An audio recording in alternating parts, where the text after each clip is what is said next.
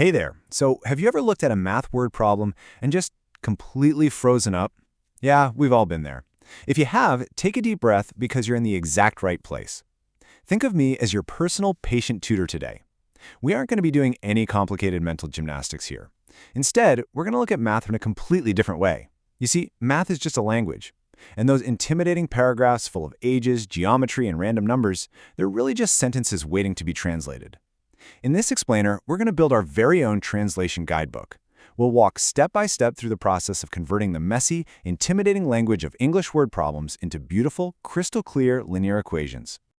In this explainer, we're going to cover 5 main areas: the language of math, identifying those tricky, unknown values, translating numbers and ages, decoding geometry, and finally, tackling those reverse-digit problems. All right, let's jump straight into Section 1, the language of math.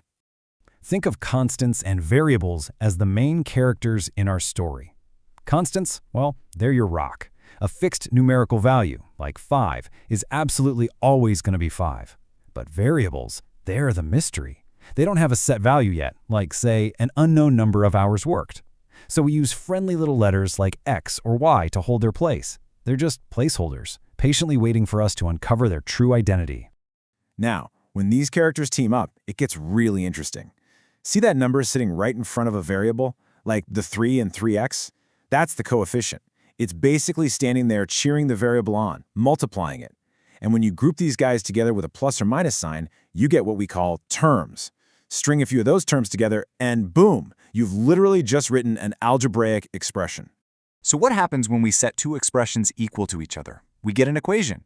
Now, for this explainer, we're focusing purely on linear equations. That simply means the highest power or degree of any variable is just 1. No squared numbers, no crazy exponents to stress over. It's just a nice, simple, straight-line relationship. It really helps to picture an equation like a perfectly balanced scale. Our entire mission here is to translate the English words into math, making absolutely sure that whatever is sitting on the left-hand side weighs exactly the same as what's on the right-hand side. And here is the ultimate golden rule. If you remember nothing else from our session today, remember this: whatever you do to one side, you absolutely must do to the other. If you ever feel nervous trying to isolate a variable, just take a deep breath and remember this tip. If you subtract 5 from the left, you just subtract 5 from the right. It keeps our scale perfectly fair, happy, and balanced. Moving on to Section 2, identifying the unknown values. Let's figure out how to actually find what we're looking for. Okay, this is where we learn how to actually stop freezing up and start translating. First, just read the whole problem. Don't panic, just read it all the way to the end. Second, look at the very last sentence to find exactly what it's asking for. Is it someone's age, the length of a garden? And third, give that mystery item a name. Call that unknown suspect X. Just by naming it X, you give your brain a solid anchor, and honestly, the rest of the translation becomes a total breeze. Let's put this into practice with Section 3, translating numbers and ages. So we've all seen those word problems asking for the sum of consecutive numbers, or some riddle about a kid's age compared to his mom's, right? Math textbooks just love family drama. But don't rush. Treat these like a fun little puzzle. If you have consecutive numbers, and the first one is our unknown X, well, the very next number has to be X plus 1. See? Direct translation. Let's say a problem tells us Shobo's mom is 3 times his age, and in 5 years, their ages will add up to a specific number. Step 1, what's the unknown? Shobo's current age. So step 2, let's call that X. That immediately means his mom is 3X, and in 5 years, Shobo is just X plus 5. We just took a giant, scary paragraph and made it beautifully, mechanically simple. And when you line up those clues on the left and the totals on the right, you get something that looks exactly like this. See what we did there? One step at a time. We found our variable, applied our basic vocab, and completely translated English into math. From here, you just use our balanced scale rules to solve for X.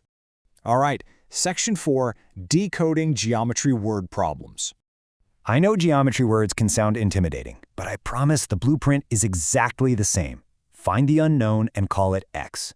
If a problem says a rectangle's length is twice its width, and the perimeter is 60, what's the unknown? The width. Call it X, which automatically makes the length 2X. Whether you're dealing with the perimeter of a rectangle or the identical base angles of an isosceles triangle, we just use our trusty variable to translate the shape into algebra. And finally, Section 5, reversing digits step by step. Okay, digit reversal problems. These notoriously trip people up because they mix up the value of a digit with its actual position. But if you just draw a simple table with a tens column and a ones column, it instantly clicks. Think about the number 42. The 4 is in the tens place, so it's literally worth 4 times 10. By setting up a table, we can assign x to the ones digit and maybe x plus 2 to the tens digit. It makes a super abstract concept totally concrete.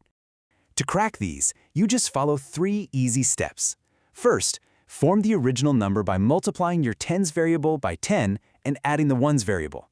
Second, when they say the digits are reversed, you literally just swap your variables in the table. Now you multiply your ones variable by 10. And third, set them up in an equation using the problem's clues. Isolate the variable using our golden rule, and boom, you've just conquered one of the trickiest word problems out there. We've covered incredible ground today. But hey, math is a language, and you can't get fluent just by listening to me. You actually have to speak it. So, I highly recommend grabbing a pencil and trying a few practice translations on your own right now. Set up those variables, build those expressions, and find that balance. You now have the ultimate translation guidebook. You know how to spot the variables, balance the scale, and turn overwhelming paragraphs into clean lines of math. So I'll leave you with this. If the messy real world is actually written in mathematics, what mystery are you going to confidently translate into a balanced equation next? Keep practicing, be patient with yourself, and I'll catch you in our next explainer.